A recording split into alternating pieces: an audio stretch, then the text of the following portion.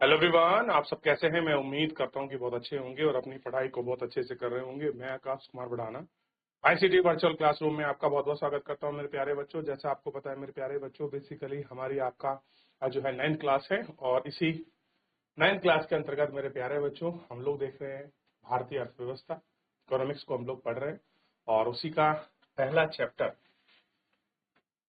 हम लोग पढ़ना शुरुआत किए हैं। और आपको पता है पहले चैप्टर का नाम है पालमपुर गांव की कहानी। तो क्या देख रहे हैं हम लोग? पालमपुर गांव की कहानी। क्या आखिर में पालमपुर गांव की कहानी क्या है? तो पालमपुर गांव की कहानी को हमने कल समझने का और जानने का प्रयास किया। ठीक ठीक। और इसमें ये हमारा पालमपुर का गांव था, उसकी हमने कुछ उत्पादन संबंधित और उसमें विनिर्माण, डेयरी, परिवहन इत्यादि चीजों को समझने का प्रयास किया। और हमने देखा कि पालमपुर में कौन कौन सी चीजें वो पर्याप्त हैं जो एक सामान्यता शहर जैसे या कस्बे जैसी जो स्थिति है वो देखने को हमें पालमपुर में मिलती है। हमें पता है पालमपुर एक काल्पनिक गांव है, ये भी हम जानते हैं। तो हमने देखा पालमपुर में वो सारी स्थिति मौजूद है जो एक गांव के लिए होनी बहुत जरूरी है।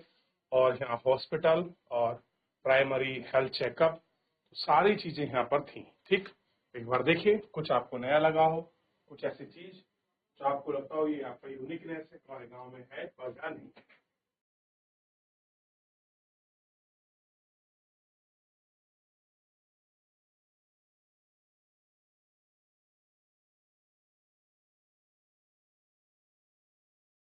देख लिया? चलिए आगे बढ़ जाए।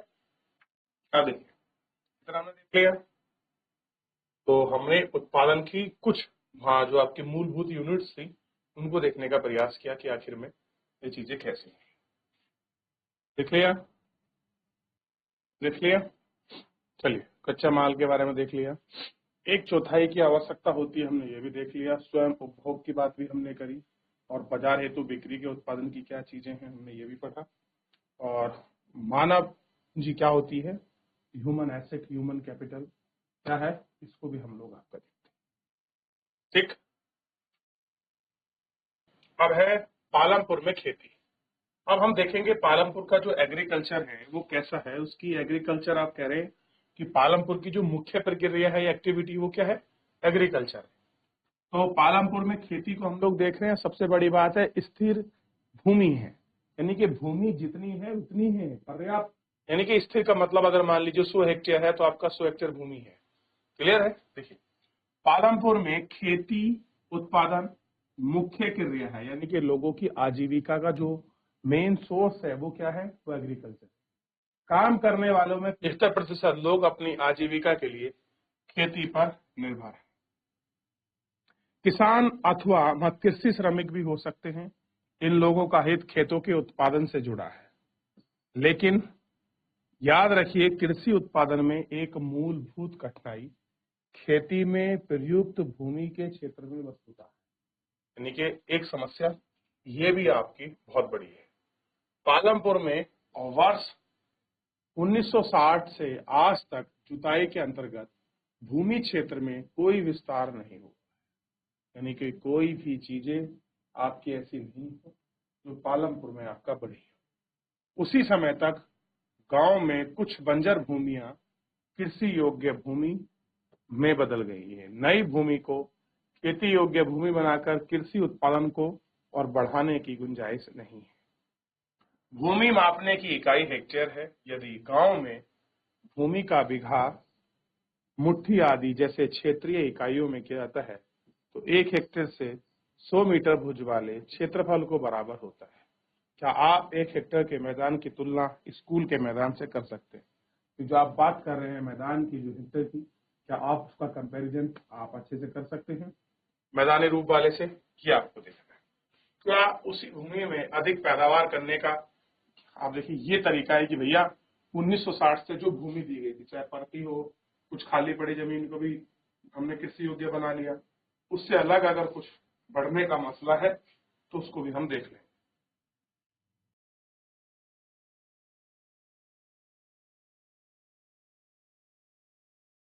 हो गया?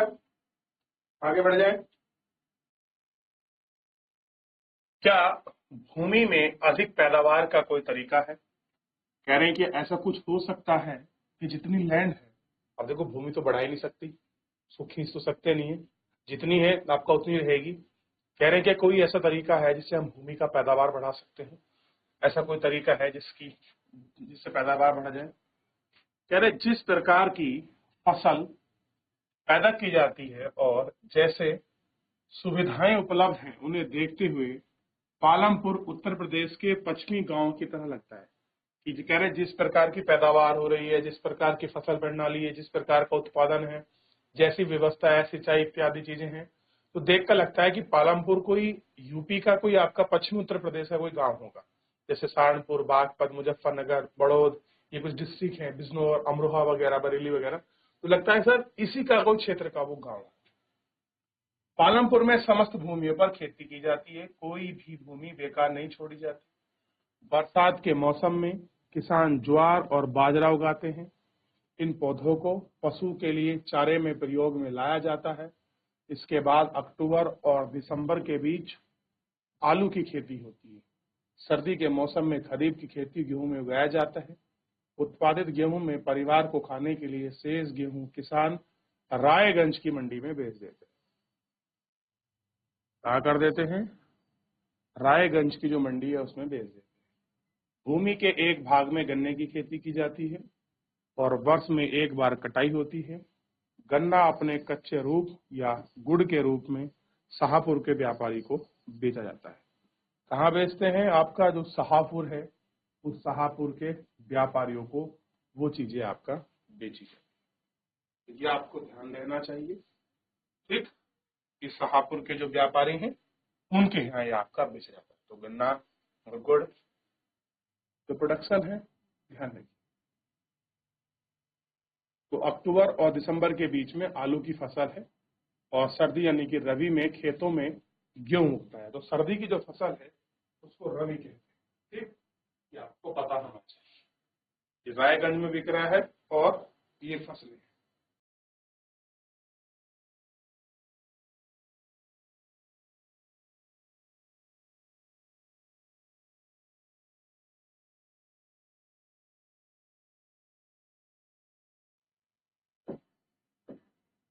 पालमपुर में एक वर्ष में किसान 3 अलग अलग फसलें पैदा करते हैं और क्योंकि वह सिंचाई की सुविकसित व्यवस्था है, पालमपुर में बिजली जल्दी आ गई थी और उसका मुख्य प्रभाव यह पड़ा कि सिंचाई की पद्धति की बदल गई। किसान कुओं से रहट के द्वारा पानी निकालकर छोटे छोटे खेतों में सिंचाई किया करते थे। लोगों ने देखा है कि बिजली से चलने वाले नलकूप ज्यादा प्रभावशाली ढंग से अधिक क्षेत्र की सिंचाई की जाती है, ठीक।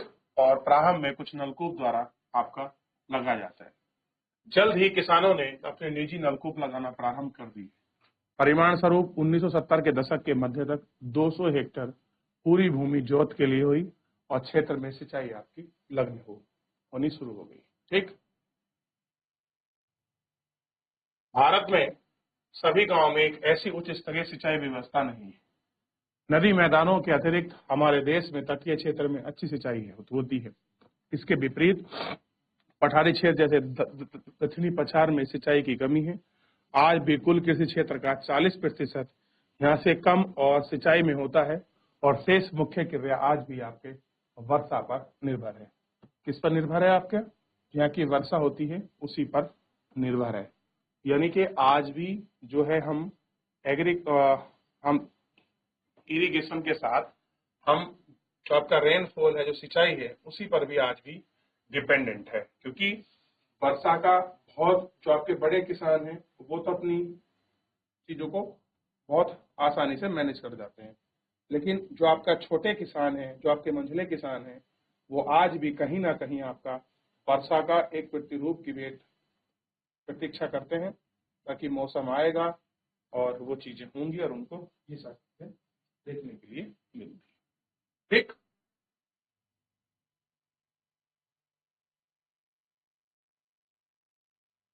चलिए, एक वर्ष में किसी भूमि पर एक से ज्यादा फसल उगाना बहुविधि फसल प्रणाली कहते हैं। यह भूमि के किसी एक टुकड़े पर फसल उगाने में सर्वमान्य प्रणाली है। पालनपुर में सभी किसानों को कम से कम 2 मुख्य फसल पैदा करते हैं। ये लोग क्या करते हैं, कम से कम 2 फसल होंगी, उन्हीं को पैदा करेंगे, उन्हीं को चीजें देखते हैं।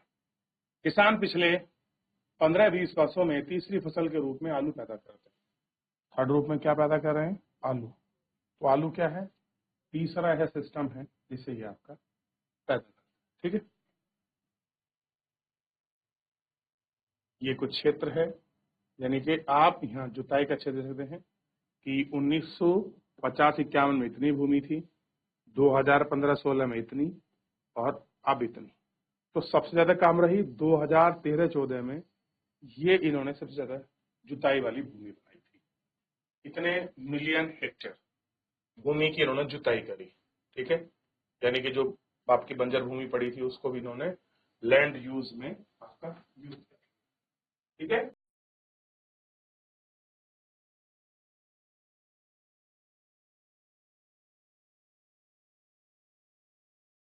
आगे बढ़े। चलिए, तो ये गणना करी हमने, और इसी गणना के बाद कुछ pocket book of agriculture static 2020 के आर्थिक सर्वेक्षण निदेशालय द्वारा कृषि निगम कल्याण विभाग पालमपुर में पैदा की जाने वाली फसलों के बारे में आप पढ़ चुके हैं, और आप पैदा की जाने वाली फसलों की सूचना के आधार पर ये सारी सारणी है।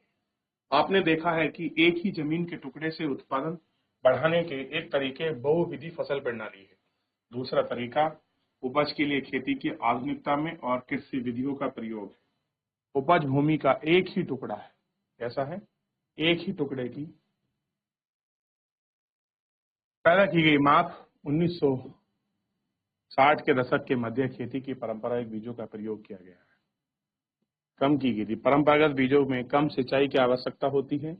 किसान उर्वरक के रूप में गोबर की खाद, दूसरी प्राकृतिक खाद का प्रयोग करता है। यह सब किसानों के पास एक तत्काल उपलब्ध है और खरीदना चाहता है। ठीक, 1960 के दशक के अंत में हरित क्रांति ने भारतीय किसानों को अत्यधिक उपज देने वाले बीज यानी कि HY बीज, ध्यान दीजिए 1960 के दशक, 1960 मतलब 1960 और दशक मतलब 10 साल, 1970 के बीच में ही ये क्या है, अधिक पैदावार देने वाले बीज है, क्योंकि यही समय है हरित क्रांति का, ग्रीन रेवोल्यूशन का।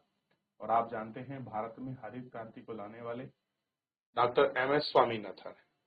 ठीक, और नॉर्मन बोरले जो है वो विश्व में मैक्सिकन गेहूं सबसे पहले बनाकर वो लोग आपका लेके HY बीज के द्वारा गेहूं चावल की खेती करने के लिए आपके तरीका से जाया गया। परंपरागत बीजों की तुलना में HY से एक से ज्यादा पौधे की मात्रा में अनाज की आशा थी। अब एक से ज्यादा पौधे अगर निकलेंगे तो बाज होगा ही होगा। इसके परिणाम स्वरूप जमीन के उसी टुकड़े में पहले की अपेक्षा कहीं अधिक अनाज की मात्रा पैदा होने लगी। अति उपज प्रजाति वाले बीज, अधिकतम बीजों के लिए ज्यादा पानी, कैसा था, ज्यादा पानी, रासायनिक खाद और कीटनाशकों की जरूरत थी। अधिक उपज, अति उपज वाले बीज, रासायनिक उर्वरक और आपका कीटनाशक आदि का संयोजन की संभावना रही। तो सारी चीज, सारी संभावना, सारे योजन के रूप में हमको आपका दिखाई। ठीक है,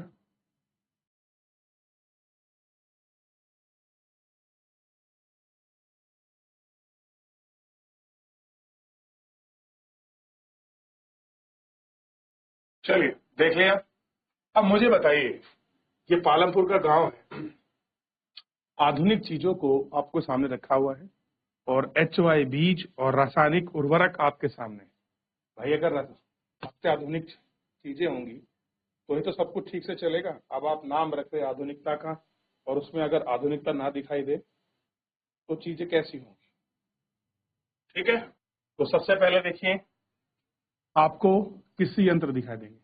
ट्रैक्टर दिखाई देगा, ट्रैक्टर में डीजल गिरता है। सिंचाई की सुविधाएं, कोई नहरों से करता है, कोई पंप सेट से करता है, कोई बांध से करता है, कोई बिजली के माध्यम से कर रहा है, कोई अलग तरीके से कर रहा है। कीटनाशक स्प्रे कर रहा है और आपको पता है यूरिया गिरा जा रहा है। और ये हैं HY बीज जो अधिक पैदावार देने वाले बीज है। ठीक है, HY बीज हैं जो अधिक पैदावार देने वाले बीज है। इनको हम लोग आपका देखें। ठीक,